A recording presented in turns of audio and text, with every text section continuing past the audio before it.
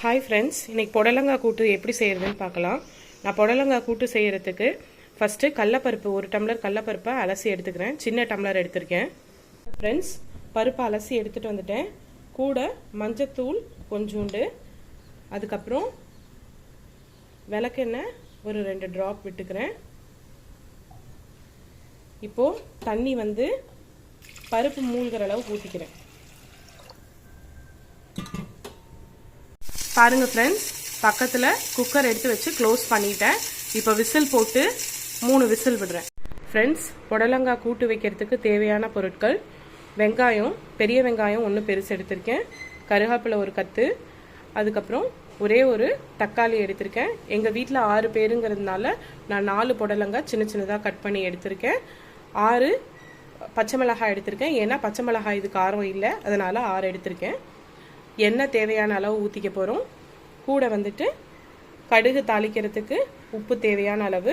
நான் இப்போது 2 டேபிள் ஸ்பூனுக்கு இப்போது செய்ய போகிறதுக்கு 2 டேபிள் ஸ்பூன் உப்பு போட போகிறேன். அதனால் அதை எடுத்து வச்சுருக்கேன்.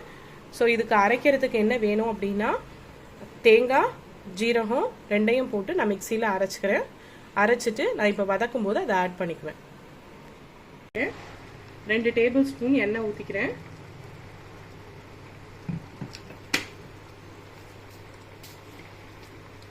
எண்ணெய் காயட்டும்.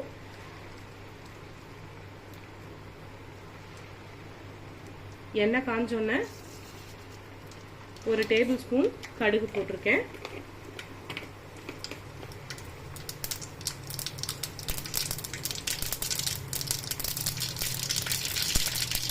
கடுகு பொரிஞ்சோன்னே கருவேப்பிலை போடுறேன். கூடவே வெங்காயத்தையும் ஆட் பண்ணிக்கிறேன்.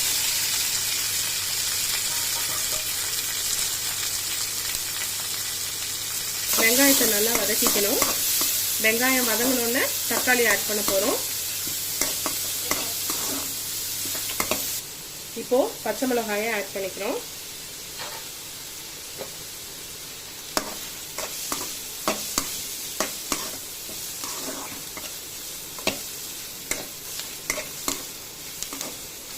ஃப்ரெண்ட்ஸ், வெங்காயம் வதங்கிடுச்சு. இப்போ நான் தக்காளி ஆட் பண்ணுறேன். கூடவே நான் 2 டேபிள் ஸ்பூன் உப்பு வச்சுருந்தேன் இல்லைங்களா, அதில் கொஞ்சத்தை ஆட் பண்ணிக்கிறேன் தக்காளி வேகிறதுக்காக. பாருங்க, தக்காளி வதங்கிடுச்சு.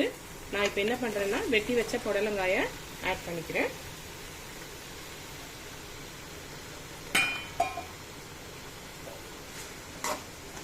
புடலங்காய் நல்லா வதங்கட்டும். ஒரு 2 செகண்ட் வதங்கினா போதும். ஏன்னா இப்போ நம்ம திருப்பியும் அடுப்பில் வச்சு ஒரு விசில் விட போகிறோம்.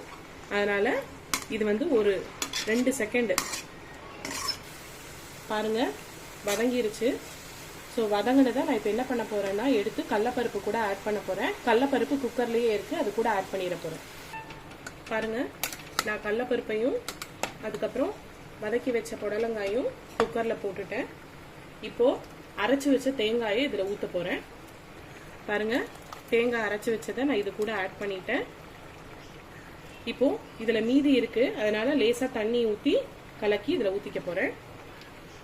கலக்கியாச்சு. அந்த கலக்கின தண்ணிய இதுல இப்போ ஆட் பண்ணிக்கிறோம். இத மிக்ஸ் பண்ணி விட்டுட்டு குக்கருக்கு மூடி போட்டு ஒரு விசில் விட்டு எடுக்க வேண்டியதுதான்.